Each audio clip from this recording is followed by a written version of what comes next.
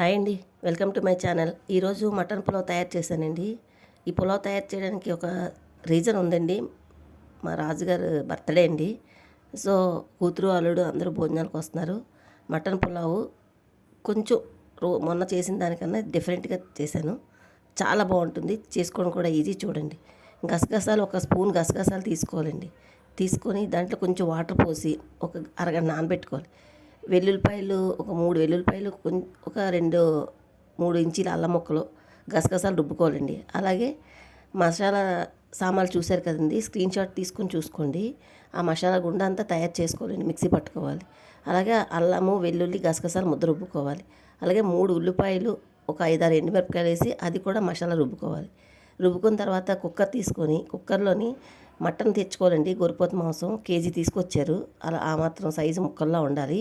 పులావ్ కనుక చక్కగా శుభ్రంగా వాష్ చేసిన తర్వాత మనం రుబ్బుకున్న మసాలా పేస్ట్, అంటే ఉల్లిపాయలు, ఎండుమిరపకాయలు రుబ్బుకున్నాం కదా అది, అలాగే గసగసాలు, అల్లము, వెల్లుల్లి ముద్ద, మన రుచికి సరిపడగా ఉప్పు, పసుపు, మనం ఆడుకున్న గరం మసాలా 1.5 స్పూను పడద్దండి. అలాగే చిన్న గ్లాస్ అంటే 100 ml ఆయిల్ ఉంటుందండి. వేసి మొత్తం బాగా కలుపుకోవాలండి. కలుపుకొని దాన్ని స్టవ్ మీద పెట్టుకొని మనం మూత పెట్టి ఒక పావు గంట ఉడికించాలండి. మూత పెట్టి, అంటే విజిల్ పెట్టకూడదు, మూత పెట్టి ఒక మధ్య మధ్యలో కలుపుకుంటూ ఒక 15 నిమిషాలు ఉడికించుకుంటే ఇలాగ ఆయిల్ అంతా సెపరేట్ అయిపోయి బాగా వేగి చక్కగా కుక్ అవుద్దండి. ఈ స్టేజ్లోని ఒక గ్లాసు, ఇప్పుడు నేను చూపిస్తున్నాను కదా, ఆ గ్లాసుడు వాటర్ పోసుకోవాలండి. ఆ క్లిప్ మిస్ అయింది, అందుకు అలా గ్లాస్ చూపించాను.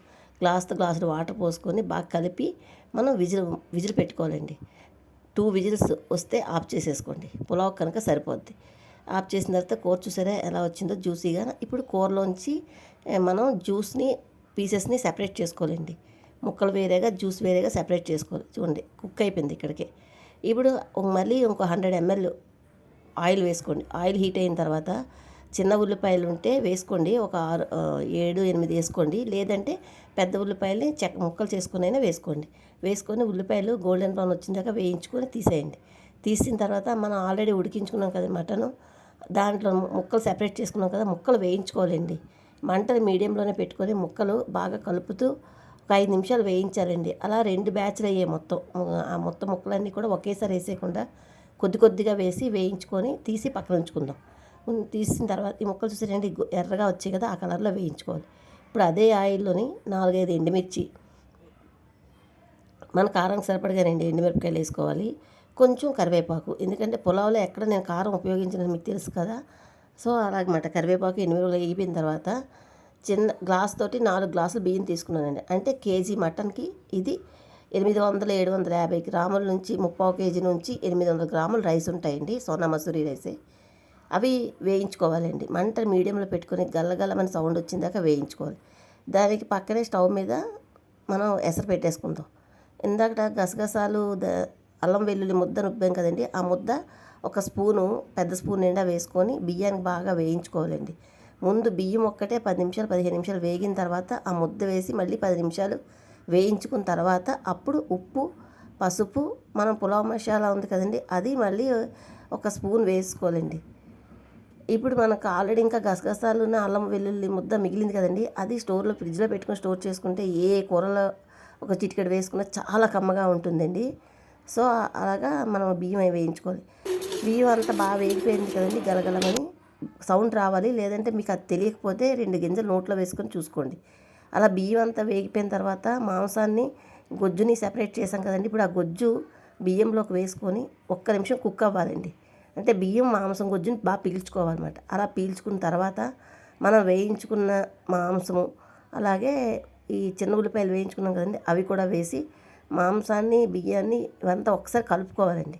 కలిపిన తర్వాత హాట్ వాటర్ పోసుకోవాలి. మనం 4 గ్లాసులు బియ్యం తీసుకున్నాను నేను. 4 గ్లాసులకి 8 గ్లాసులు బియ్యం ఎసరు పెట్టుకున్నానండి. దాంట్లో కొంచెం పులావాకు, ఒక టమాటా పండు వేసి ఎసరు మరిగింది, అది పులావులోకి వేసుకున్నాను. రుచి చూసుకోండి, కొద్ది వాటర్ చూసుకుంటే మీకు అన్నీ సరిపోలేదు తెలిసిపోతుంది. ఏదైనా సరిపోకపోతే ఇక్కడే అడ్జస్ట్ చేసుకోండి. ఇలా మొత్తం అంతా కలిపి మూత పెట్టి హైలోని ఒక 5-6 నిమిషాలు కుక్ అవనియండి. 5 నిమిషాలు అయిన తర్వాత ఇలా రెడీ అవుద్ది. ఇప్పుడు బాగా కలుపుకున్న తర్వాత చక్కగా మళ్ళీ మనకు మిగిలిన గరం మసాలా ఉంది కదండి, పులావ్ మసాలా, అది వేసేసుకోండి. వేసుకొని ఇంకొకసారి కలుపుకొని మూత పెట్టేయండి. మూత పెట్టి 10 నిమిషాలు 15 నిమిషాలు అలా వదిలేయాలండి. ఇంకా వదిలేస్తే చక్కగా పొత్తులాగా ఉడికిపోద్దండి, బాగా ఉడుకుతుంది. చూసారా, అలా వదిలేసిన తర్వాత ఇలా ఉడికింది. ఇప్పుడు దీంట్లోనే ఒక స్పూను ఒకటి కొంచెం మీకు ఇష్టమైతే కొత్తిమీర వేసుకోవాలనుకుంటే వేసుకోండి. ఇది ఫస్ట్ నుంచి మేము కొత్తిమీర వాడేవాళ్ళం కాదు కనుక నేను కొత్తిమీర వేయట్లేదు. అలాగా స్పూన్ నెయ్యి వేసుకొని అంతా బాగా కలుపుకొని మళ్ళీ మూత పెట్టి ఇంకొక 10-15 నిమిషాలు సెట్ అవ్వనివ్వాలి. ఇక్కడికైతే రైస్ అంతా చక్కగా ఉడికిపోయింది. ఇంకొక 10 నిమిషాలు సెట్ అవుతే ఇంకా బాగా ఉడికిపోద్దండి. చూసారండి ఎంత బాగా ఉడికిపోయిందో. ఇప్పుడు మీకు కావాల్సిన వేడివేడిగా సర్వ్ చేసుకోవచ్చు. ఇంకా రైతాతోటి దేనితోటైనా తినొచ్చండి, అది మన ఇష్టమే. అయితే అదంతా వీడియో లెందీ అయిపోతుంది, మీకు బోరింగ్గా ఉంటుందని నేను చూపించలేదు. ఇంతేనండి మటన్ పులావ్ మరొక పద్ధతిలో. మీకు నచ్చితే ఒక్క లైక్ చేయండి, మీ ఫ్రెండ్స్కి రిలేటివ్కి షేర్ చేయండి.